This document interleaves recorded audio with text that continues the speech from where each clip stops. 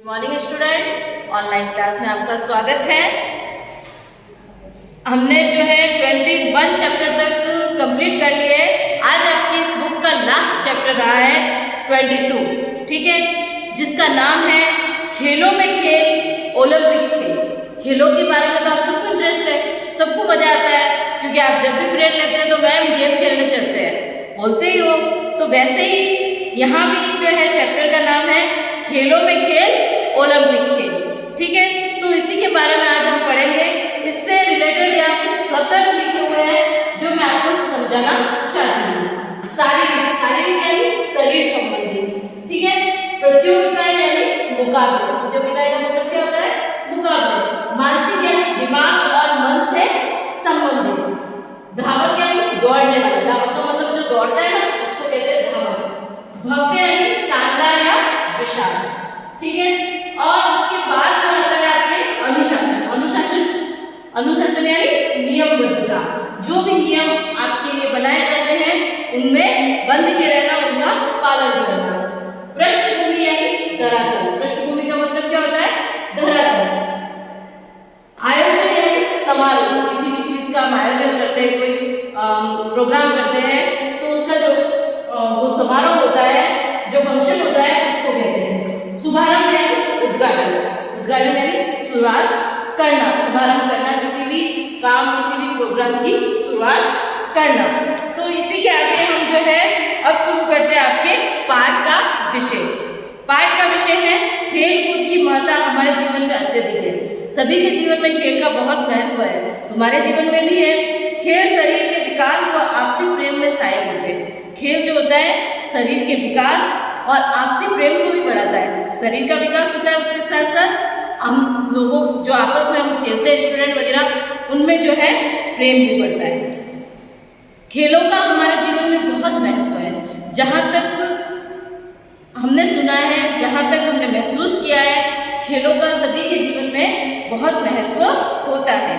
खेल मनुष्य के शारीरिक और मानसिक विकास में सहायक होते हैं।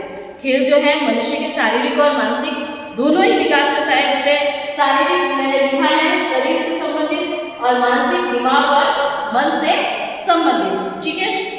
तो खेल से मनोरंजन होने के साथ साथ अनुशासन, परस्पर सहयोग की भावना जागृत होती है। मतलब अनुशासन, हम नियम में बंध के कैसे रहे, रूल्स फॉलो कैसे करें, वो सब हम किससे सीखते हैं? खेलों से। मनोरंजन भी होता है अपना, साथ ही साथ परस्पर सहयोग की भावना भी जागृत होती है। आपस में एक दूसरे का हम सहयोग भी करते हैं। ओलंपिक खेल भी ऐसे ही खेल है। ओलंपिक खेल जो है वो भी ऐसे ही है, जो खिलाड़ियों में छिपी प्रतिभा और शक्ति को उजागर करते हैं। खिलाड़ियों के अंदर जो प्रतिभा छिपी हुई है कि वो क्या क्या कर सकते हैं और उनमें कितनी शक्ति है, उसको बाहर निकालती है। ओलंपिक खेलों का उद्देश्य विश्व के देशों को एक दूसरे के निकट लाना है। विश्व में जितने भी, दुनिया में जितने भी देश है, एक दूसरे को क्या करना है? पास में लाना है। वो उनमें आपसी सद्भाव और प्रेम बढ़ाना है। आपसी सद्भाव मतलब आपस में एक दूसरे की भावना को समझे, उनके सुख दुख को समझे, और आपस में प्रेम बढ़े। क्या बढ़े? प्रेम, प्यार बढ़े।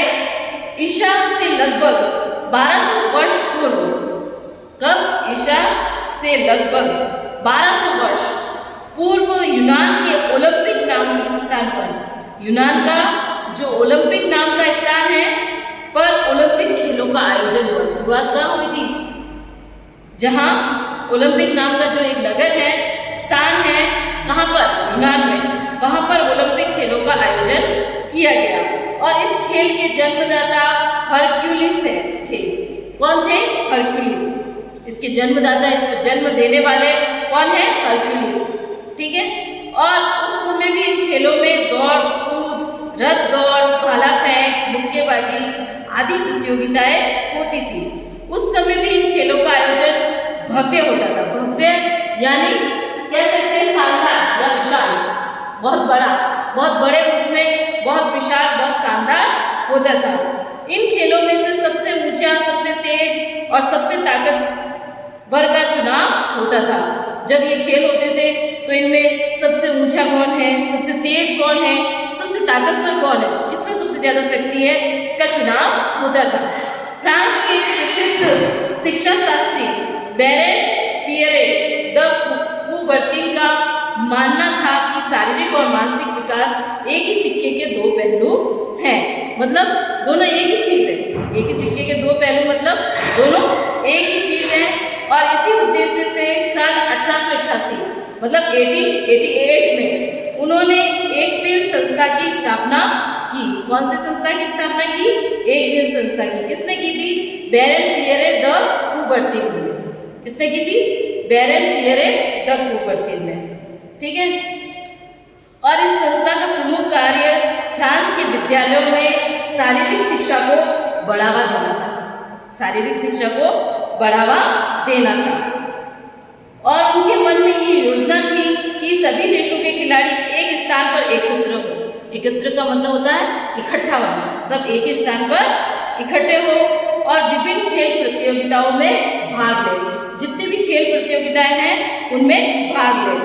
इस प्रकार आधुनिक ओलंपिक खेलों को प्रारंभ करने का श्रेय आधुनिक मतलब वर्तमान में जो नए ओलंपिक खेल हैं उनको प्रारंभ करने का श्रेय किसे जाता है? बैरन पियरे द कुबर्तिन को। किसको जाता है?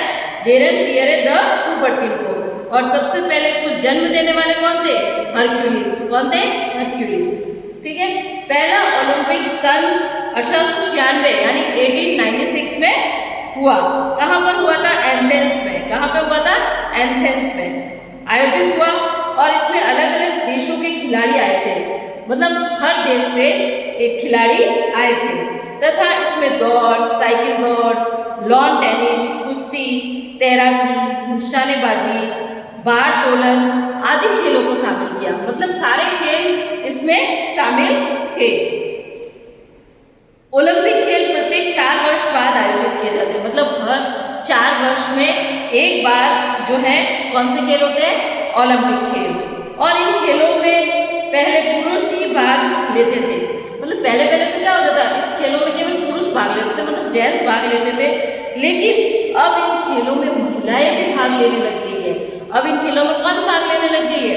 महिलाएं भी भाग लेने लग गई है।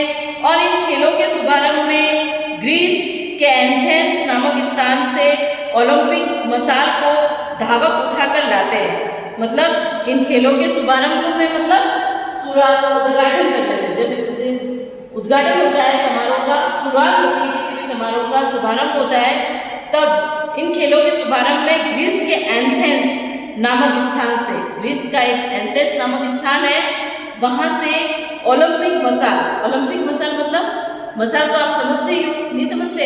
एक लकड़ी होती है, उस पर जो है आग जलाकर उसको लेकर चलते हैं, को धावक उठाकर, धावक यानी जो भी इस दौड़ में सम्मिलित होते हैं, भाग लेते हैं, वो उठाकर लाते हैं। और ये मशाल खेलों के समाप्त होने तक जलती रहती है।